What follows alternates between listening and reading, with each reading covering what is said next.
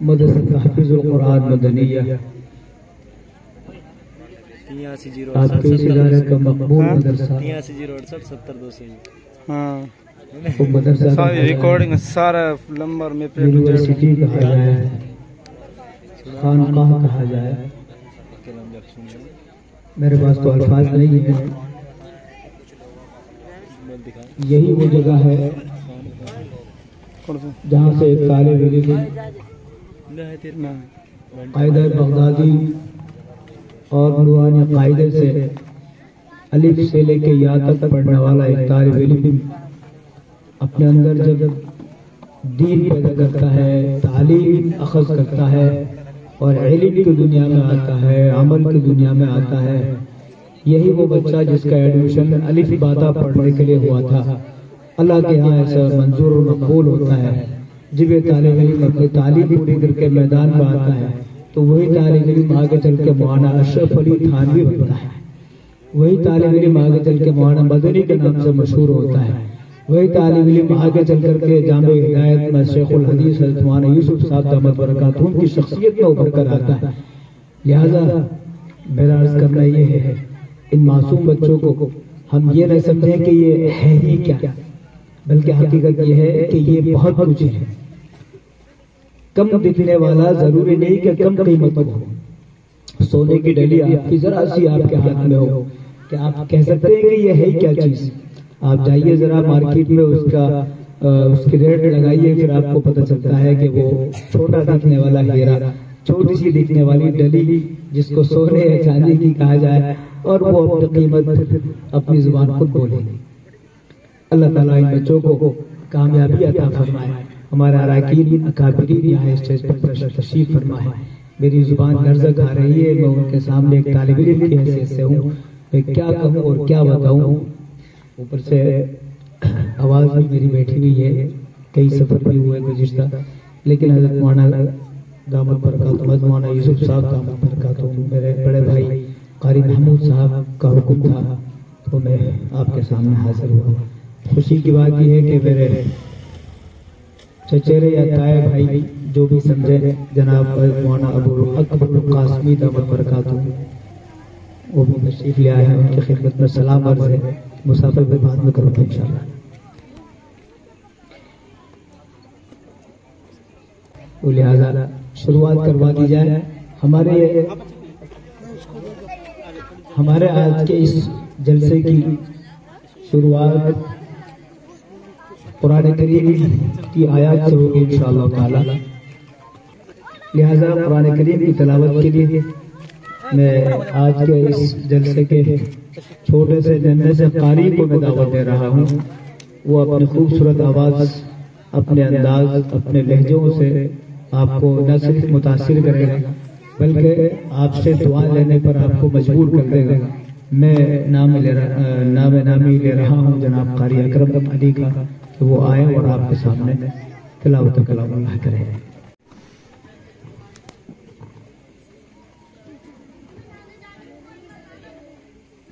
أعوذ بالله من الشيطان الرجيم. بسم الله الرحمن الرحيم. يا أيها الذين آمنوا اتقوا الله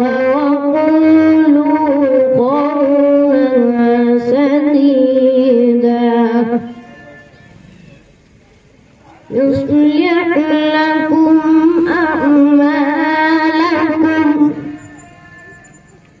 ويغفر لكم ذنوبكم ومن يطع الله ورسوله فقد فاز فوزا عظيما. بسم الله الرحمن الرحيم. يا أيها الذين آمنوا اتقوا الله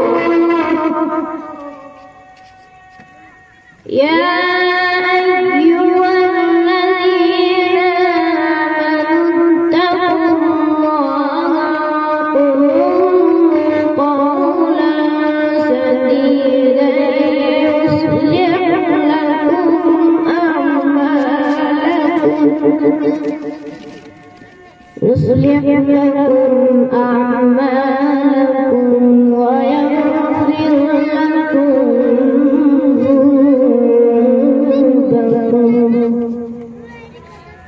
ومن يطع الله ورسوله فقد فاز فوزا عظيما.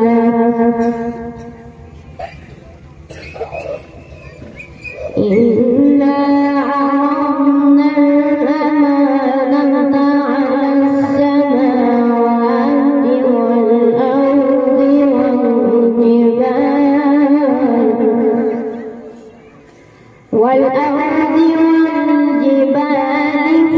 فأبين أن يحملنها وأشفقن منها وحملها الإنسان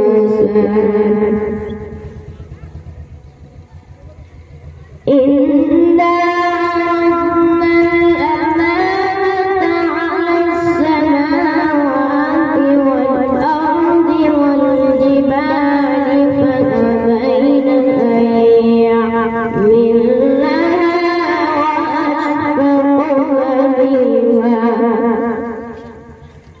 وأشفقن منها وحملها الإنسان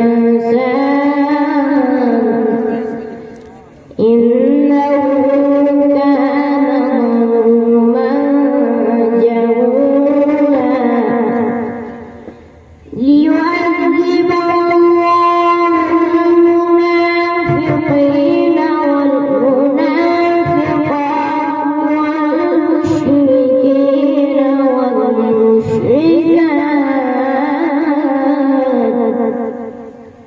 ويتوب الله على المؤمنين والمؤمنات وكان الله غفورا رحيما. صدق الله العظيم.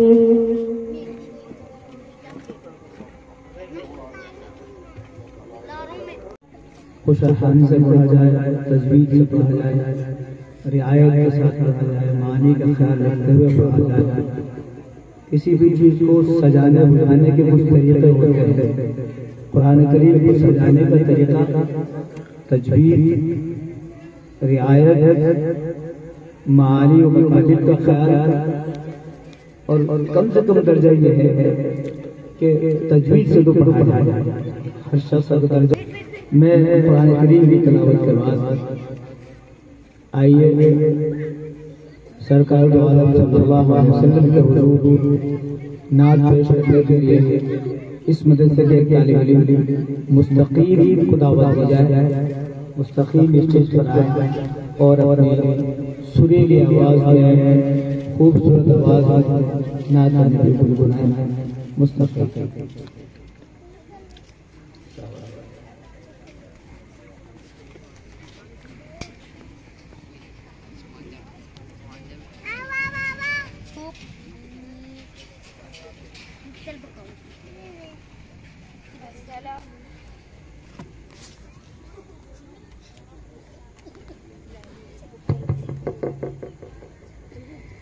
السلام علیکم ورحمۃ اللہ وبرکاتہ. کیا نام محمد پیارا نبی جس نام سے ہم نے کام لیا. رحمت نے لہو کو چوم لیا جب ہم نے نبی کا نام لیا. جنت بھی ملی عقبہ بھی ملا وعبا بھی ملا قربا بھی ملا جب ہم نے رسول عربی کے دامن کو ادب سے تھام لیا. عباس و اکبر اصغر نے کربل میں شہادت جام پیا.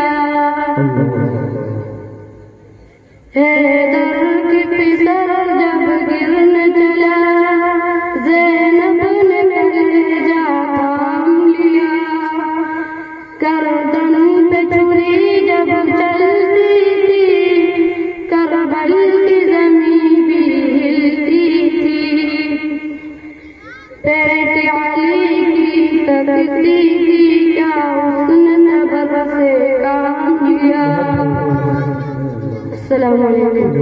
ماشاءاللہ یہ تو مستقیم کے سامنے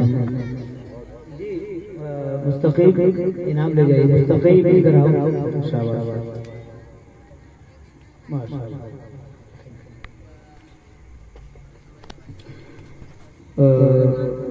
ناشی پڑھ رہے تھے مستقیم. ان کے بعد حدیث شریف سنانے کے لیے ریحان کو دعوت دیں. ریحان تشریف لائیں اسٹیج پر اور اپنے اپنے وقت تشریف لائیں. اور اس کے بعد التمش تیار نعت پڑھتے ہیں.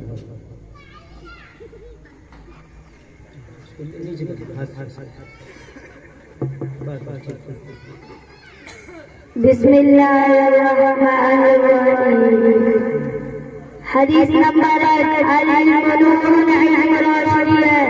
حدیث نمبر 2 ضیاء سبب ڈالا ہے. حدیث نمبر 3 المؤمن لا یکذب. مسلمان کا بھائی ہے. حدیث نمبر 4 الدین النصیحہ. دل خیر کا نام ہے. حدیث نمبر 5 حدیث نمبر 5 روزہ ڈال ہے. حدیث نمبر 6 نزدیک اپنا کو. حدیث نمبر 8 رجا جو جھکڑا جا جائے گا. حدیث نمبر 8 ملائکہ رومی کا جو جھکڑا جائے گا آ جائے گا. حدیث نمبر 9 المؤمن لا یکذب. مسلمان کبھی جھوٹ نہیں بولتا. حدیث نمبر 10 الدین یسر دین آسان ہے. حدیث نمبر 11 الدین الحق والتجلی سچ ہے. حدیث نمبر 12 الصراط المستقیم صراط الذین سچ ہے. حدیث نمبر 13 استغفر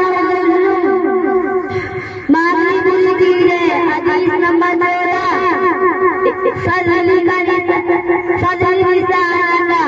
اپنی زبان کی حفاظت کرو. حدیث نمبر 15 پڑوسی کا تمہارا حق ہے. السلام علیکم ورحمۃ اللہ وبرکاتہ. ماشاءاللہ بہت بہت ادھر آئیے. ریحان ماشاءاللہ آپ نے بہت اچھا کیا. شاباش.